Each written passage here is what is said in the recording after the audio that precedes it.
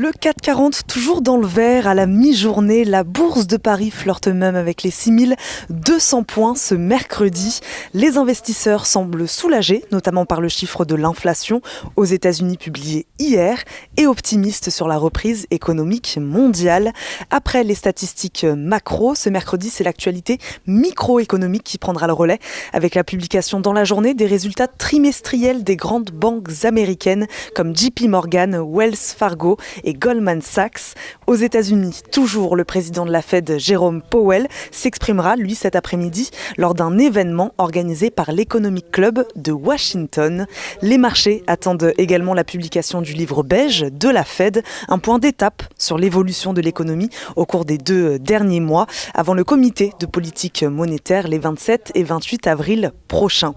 Côté européen, la production industrielle chute, plus que prévu en février dans la zone euro, une baisse de 1,6% selon Eurostat, alors que les déboires du vaccin de Johnson & Johnson, qui reporte le déploiement de son vaccin, risquent de rendre encore plus chaotiques les campagnes de vaccination européennes. Prudence donc, après cette ouverture d'une enquête des autorités sanitaires américaines sur de possibles effets secondaires graves ou des risques liés aux variants dits brésiliens, qui ont d'ailleurs conduit la France à suspendre toutes les liaisons aériennes en provenance du Brésil. Le FMI publiera également ses prévisions pour l'Europe cet après-midi.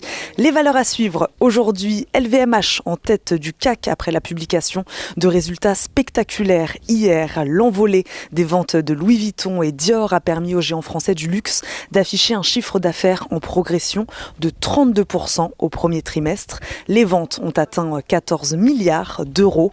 Le groupe passait même le cap symbolique des 300 milliards d'euros de capitalisation boursière. Il prend entre 2 et 3% ce mercredi à la mi-journée. Dans son sillage, le groupe Kering et Hermès progressent tous les deux aussi à la mi-journée entre 1 et 2%. Mais aussi le groupe Stellantis, le directeur général a annoncé qu'il allait produire un nouveau moteur dans son usine du Pas-de-Calais qui était selon les syndicats menacés. Nexity est en baisse, lui, à la mi-journée après la réalisation de son émission d'Océane 2028 d'un montant nominal de 240 millions d'euros. Elle permettra d'allonger la maturité de son endettement en finançant le rachat d'une partie des Océanes en circulation à échéance 2023.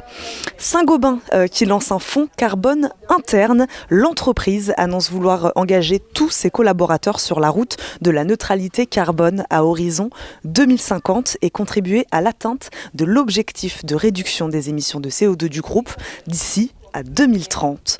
Enfin, le spécialiste des énergies renouvelables Voltalia annonce 70 mégawatts de nouveaux projets éoliens en France.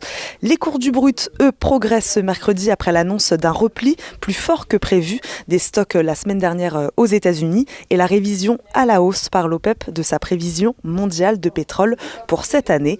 Il oscille en dessous des $65.